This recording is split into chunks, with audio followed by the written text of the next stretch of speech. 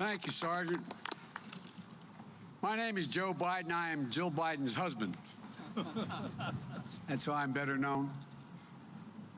President Yost, Auxiliary President Henne, Auxiliary President Lehman, and a guy I've known for a long, long time, Jimmy Pasco, Executive Director. Thank you for this invitation to be with you today. The Secretary of Homeland Security, Mayorkas, thank you for being here and for the great job you're doing for us. Thank you very, very much. And it's a tough job.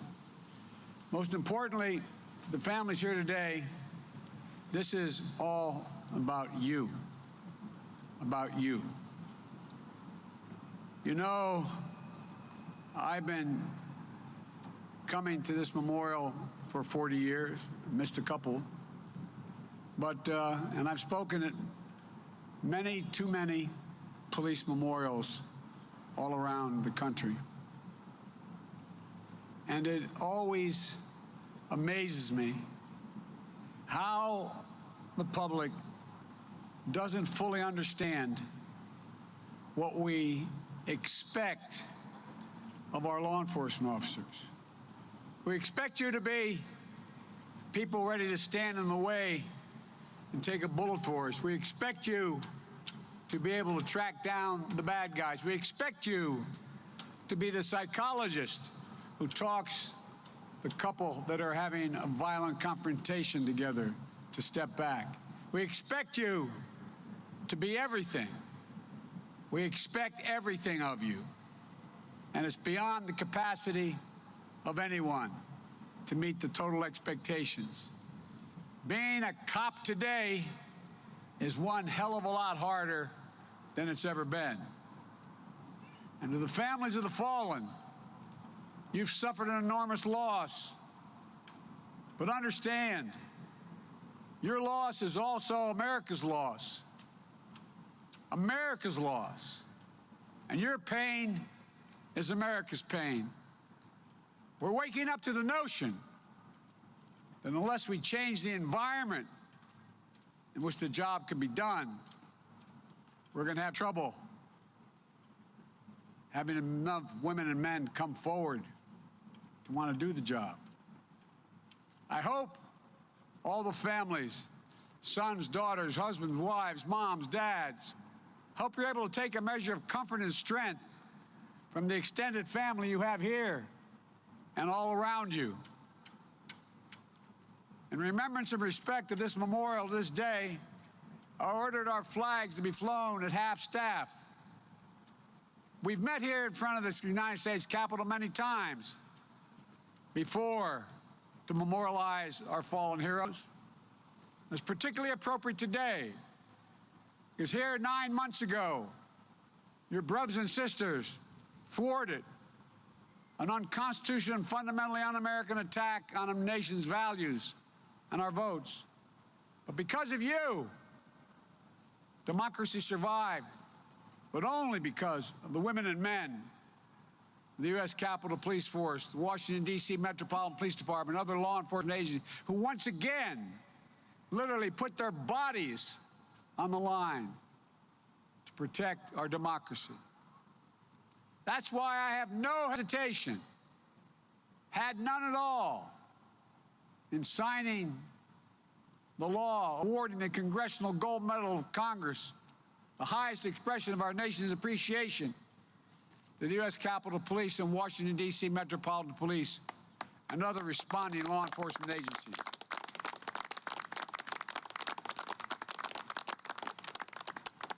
Because of these men and women, we averted a catastrophe.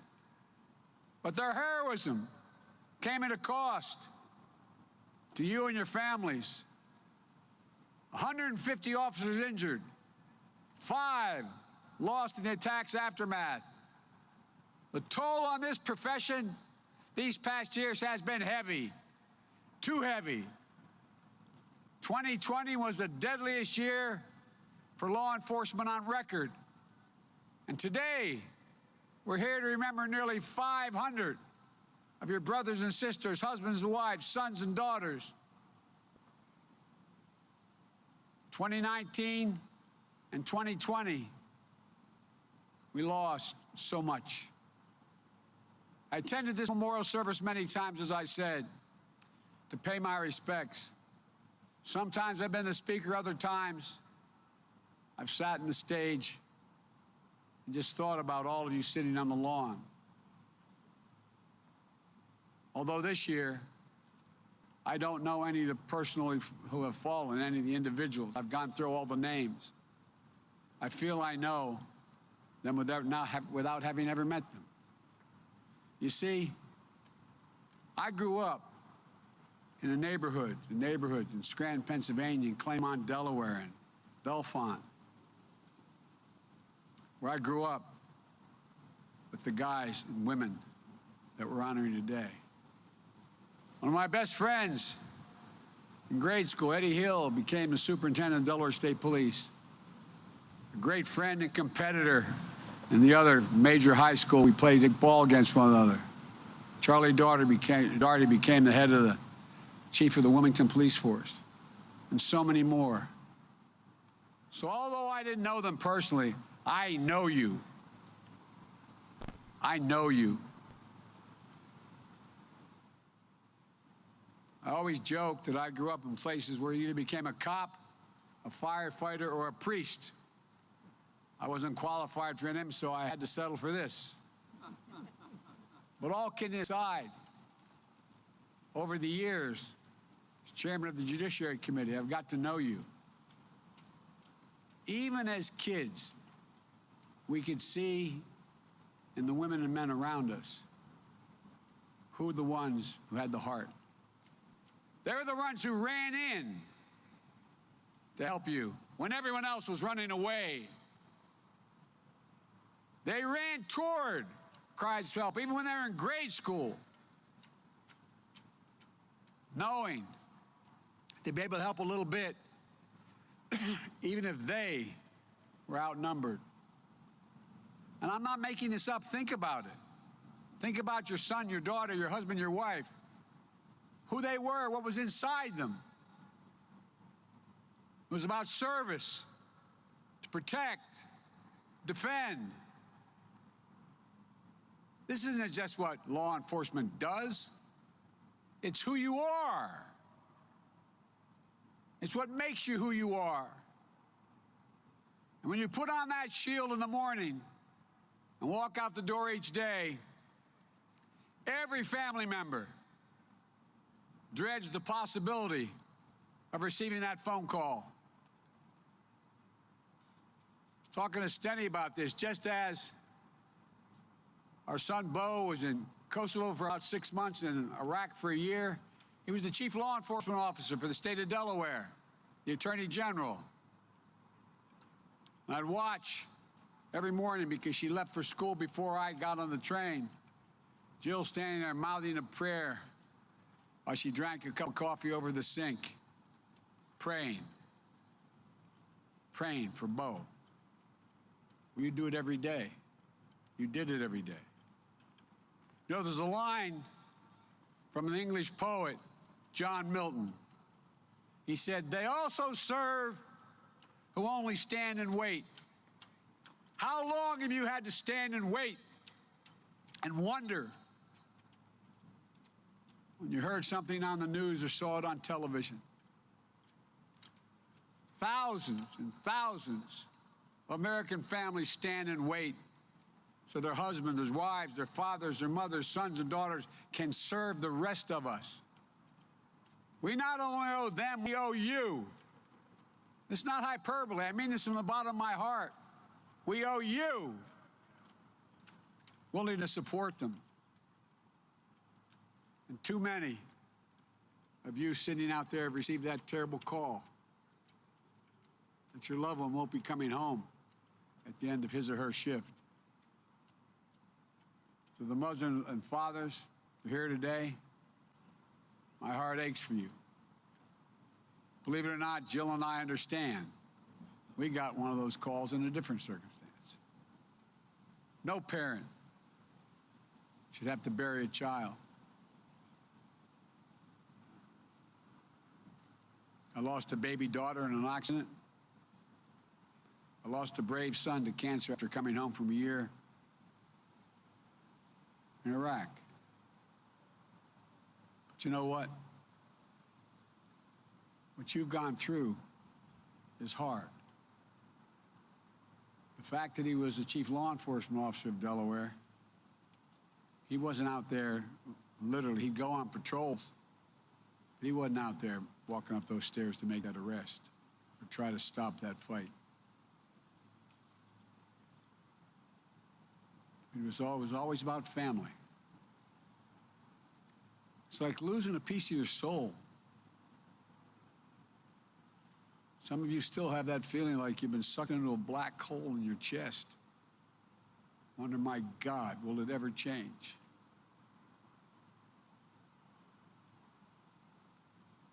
Sergeant McClain from Detroit, decorated for exemplary service during his 16-year career. He turned down promotion so he could continue to work as a mentor to other officers in his district.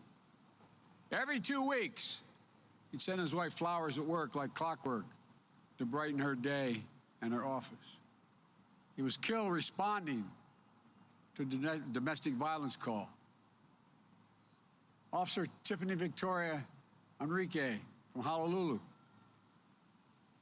She was one of 2 officers killed while responding to a call, was the first female officer to die in the line of duty in the Honolulu Police Department. Her boyfriend, also an officer, called her, quote, the most hardworking, amazing, fiercest officer I've ever known. My heart is shattered, and she was my love, my rock, my strength.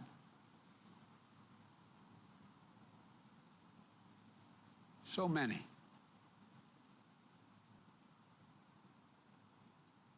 Officer Charles Brazildo passed away in 2016, but he was recognized in his line of duty this year.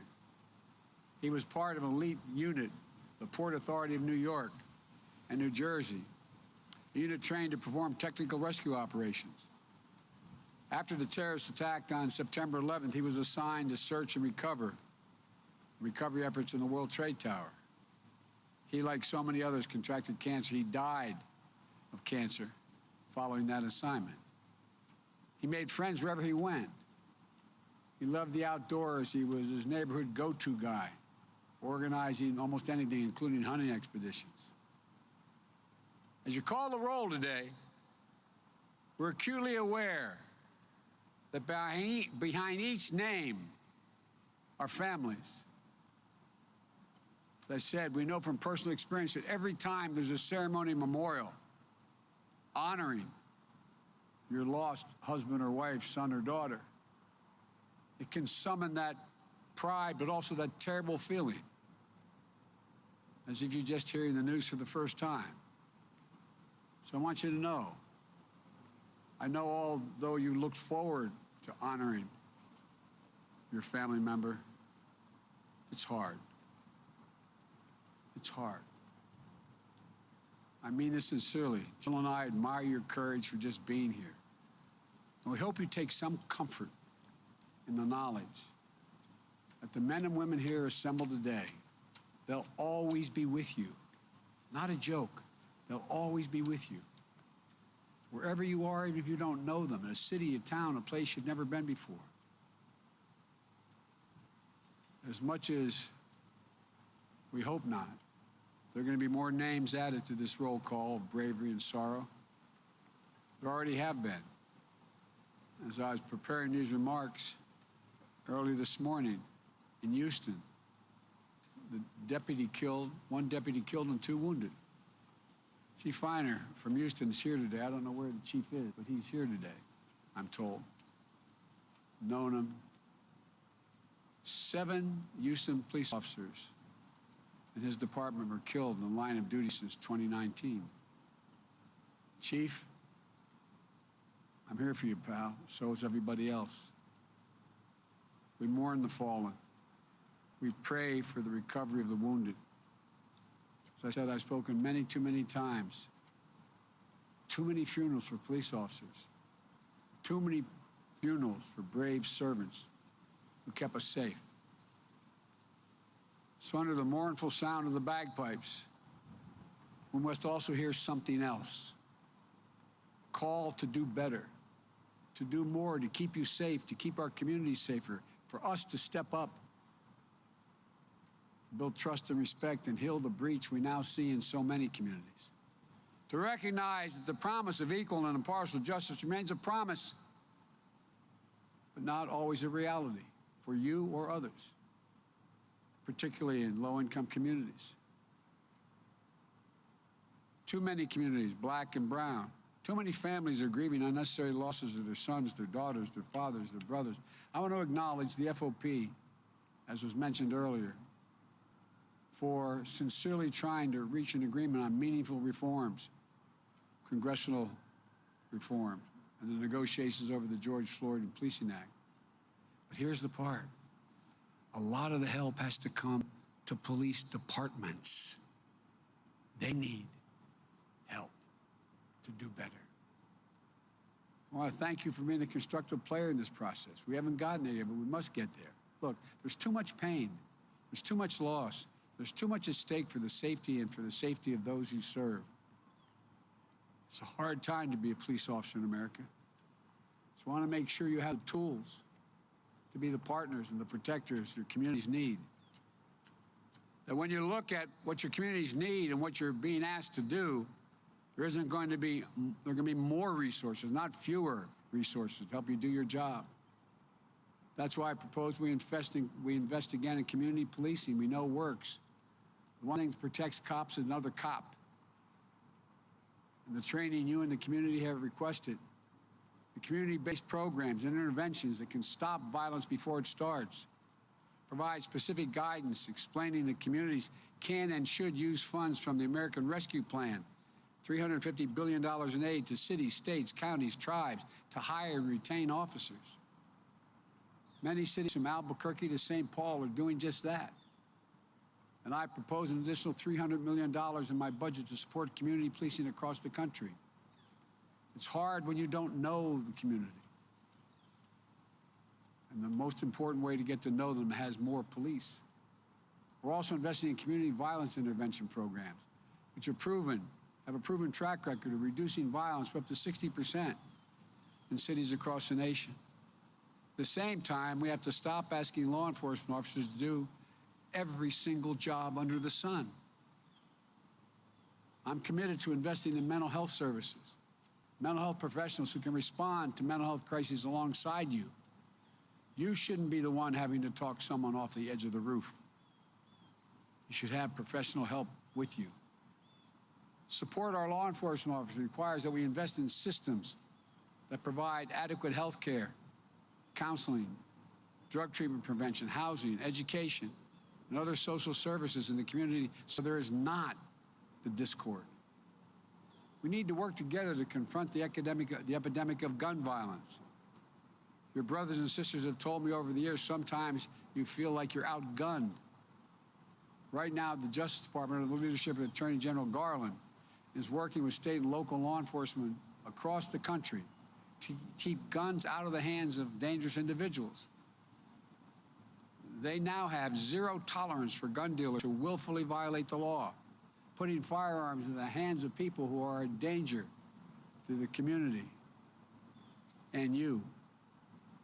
I also want to make it easier for states to adopt red flag laws, laws that allow family members or law enforcement to petition a court order to temporarily remove firearms from people who are in crisis, representing a danger to themselves and to others. By the way, more people die of gunshot wounds in America as a consequence of suicide than any other reason. I've called on Congress to reauthorize the Violence Against Women Act and to close the domestic violence loophole to keep guns out of the hands of abusers. 40% of all calls that result in an officer's death were domestic violence related. 40%. These steps will protect you, protect the people you serve. And finally and tragically, in the past 2 years, COVID-19 has caused more deaths in the line of duty than all the other causes combined. Many of those lost their lives keeping our society safe, serving on the front lines in those dark early days of the pandemic. But now, let us prevent the preventable tragedies. The last time I stood here was to take the oath of office as your president. I said that day we have much to repair, much to restore, much to heal, much to build, much to gain. It remains true. I believe with all my heart there's nothing you're unable to do if we equip you, that we can unite this nation and fight our common foes: anger, resentment, hatred, extremism, racism, lawlessness, violence, disease, joblessness, hopelessness. We have never, ever failed in America when we've acted together. So let's act together to support you in the service of the nation we love. In closing, let me say that I know there are no words, no memorials that can fill that void, that black hole in your chest so many of you feel. But I promise you, the day will come when the memory of your loved one will bring a smile to your lips before it brings a tear to your eye. That's when you know you're going to make it. That's when you know. That will happen. But my prayer for you is that that day will come sooner than later.